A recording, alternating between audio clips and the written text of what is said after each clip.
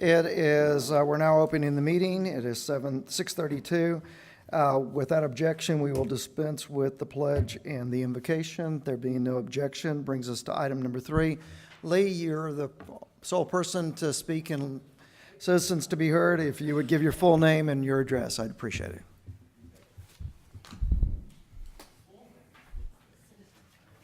Good evening. My name is Troy A. Powers, Jr. I live at 109 Elm Spring.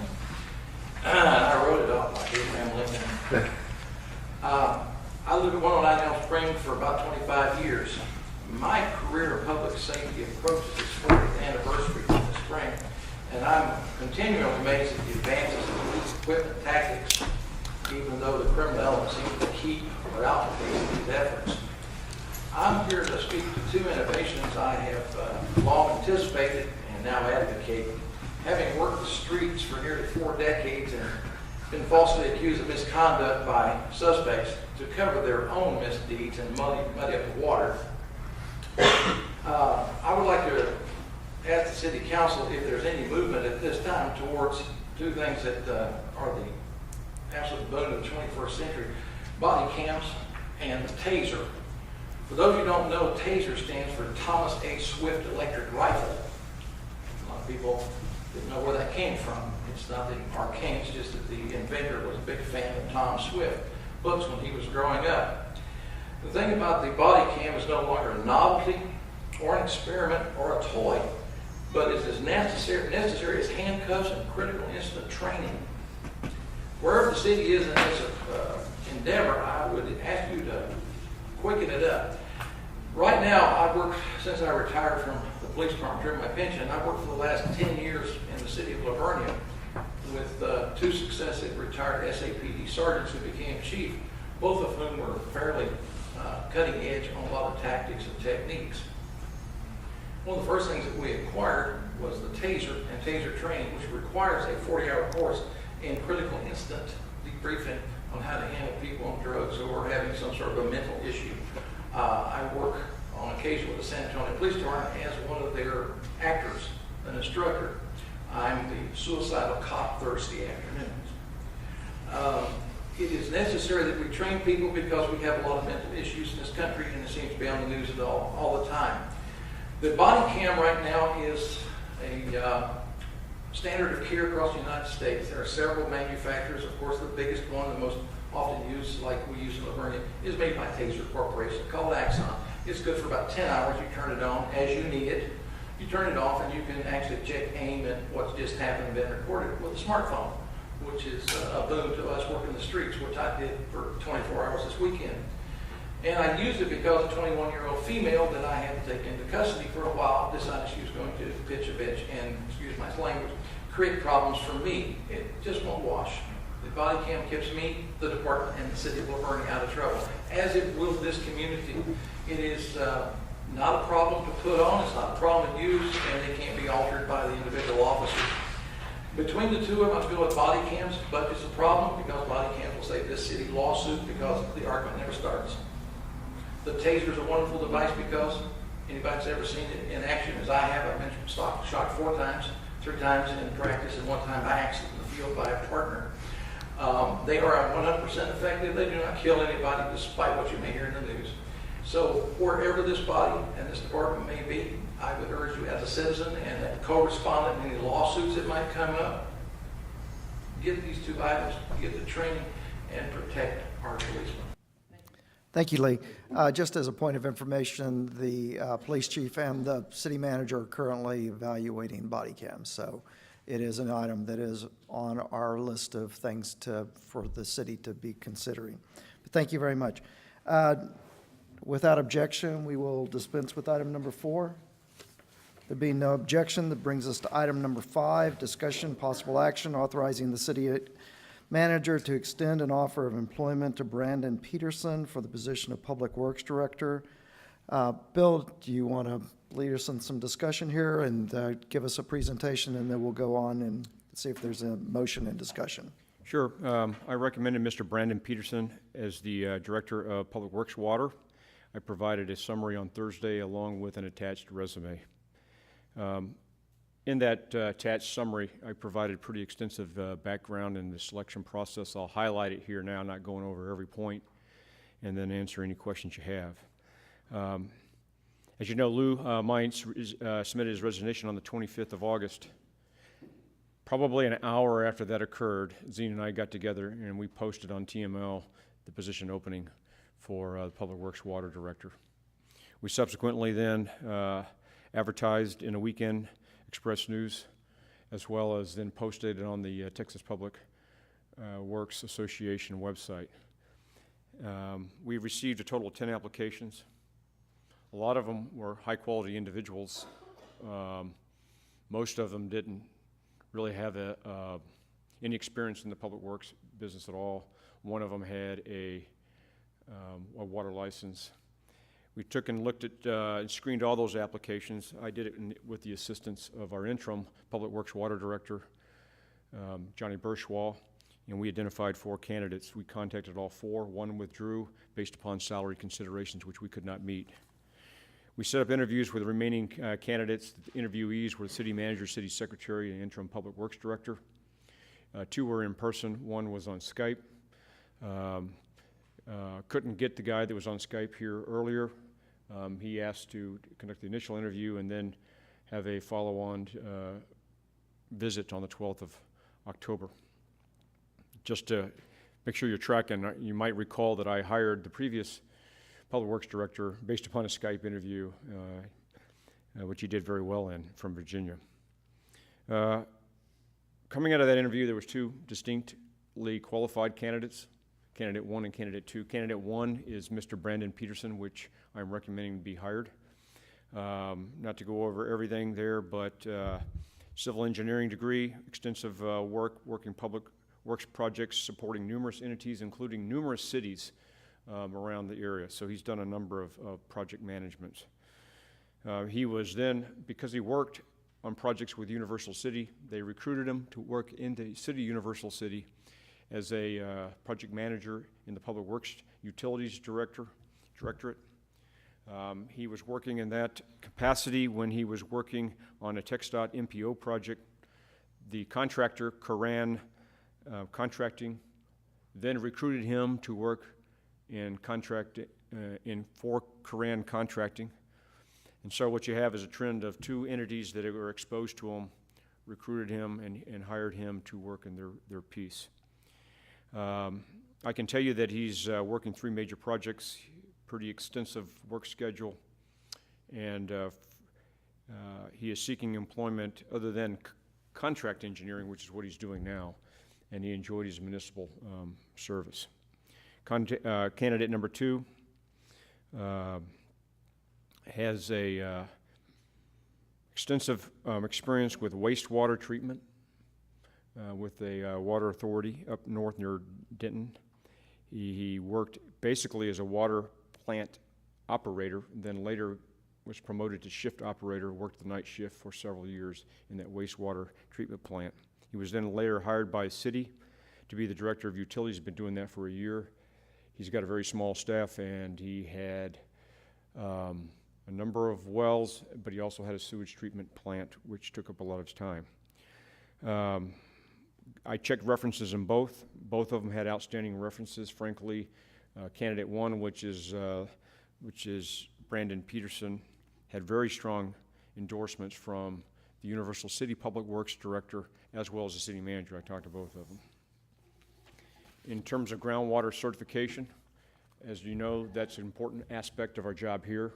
Very, very critical. In fact, groundwater is the most important aspect of what we do in the Public Works Department here. Candidate 1 does not have a groundwater license. Candidate 2 has a Class A water license, which covers that. Candidate 1, who is Brandon Peterson, which is my recommendation, is looking at about 2.5 months before he can take his exam. And he's expected to pass that when he does. So the way that works is you have to have 2 years of experience as a groundwater operator. Because he's an engineer degree, he gets credit for 1.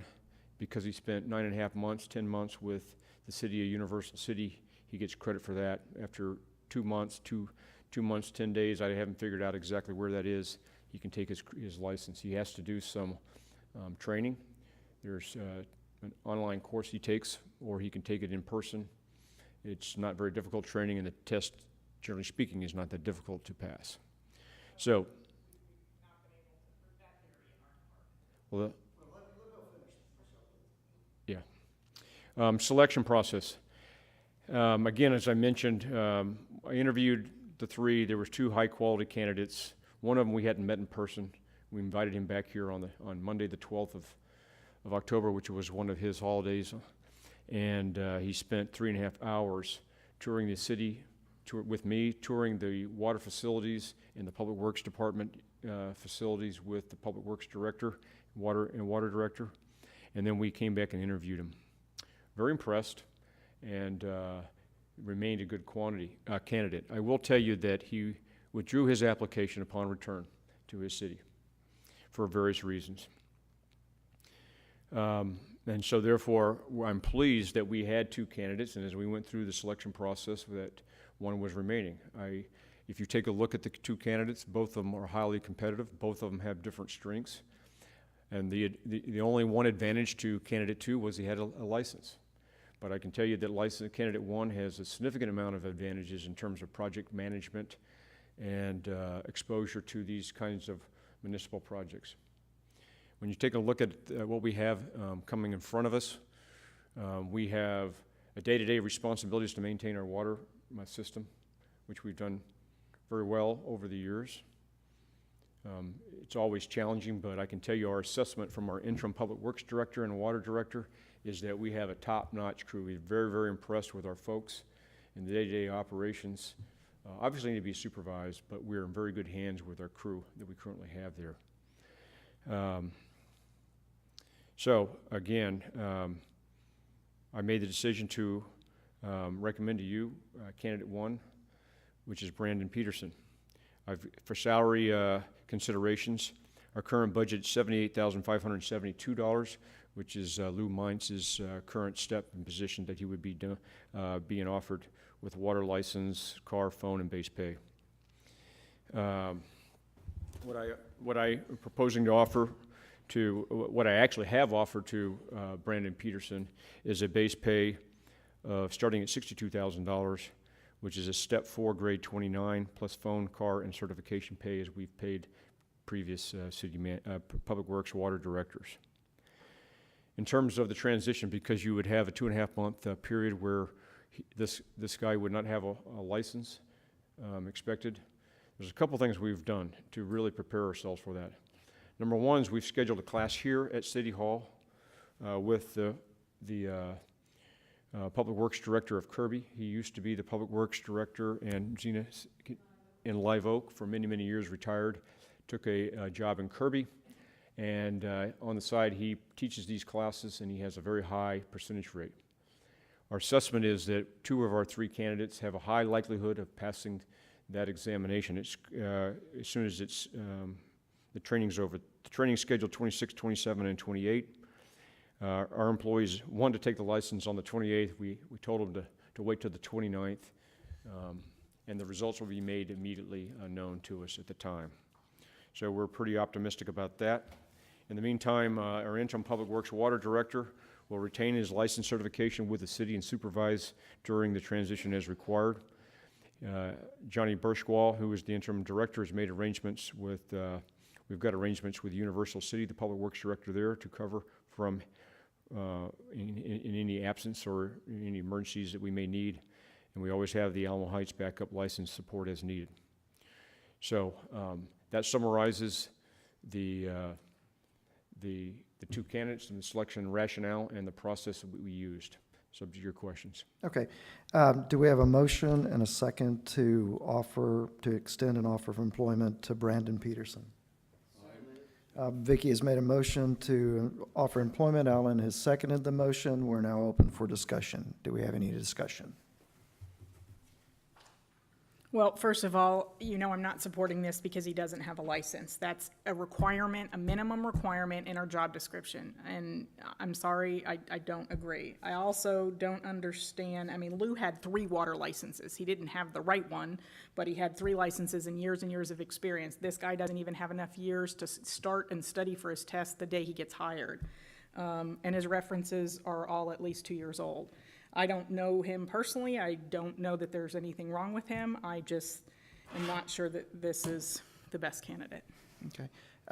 Bill, where are those job description requirements? I don't know that I don't remember them being in our ordinances. Are they in our ordinances? City Michelle? maintains, the staff maintains job descriptions for all the We employees. voted on it when your wife was on council to make sure that someone had a license, a Class C license when they were hired. It's a minimum requirement. It was posted that way, and yet the person applied for the job he wasn't even qualified for.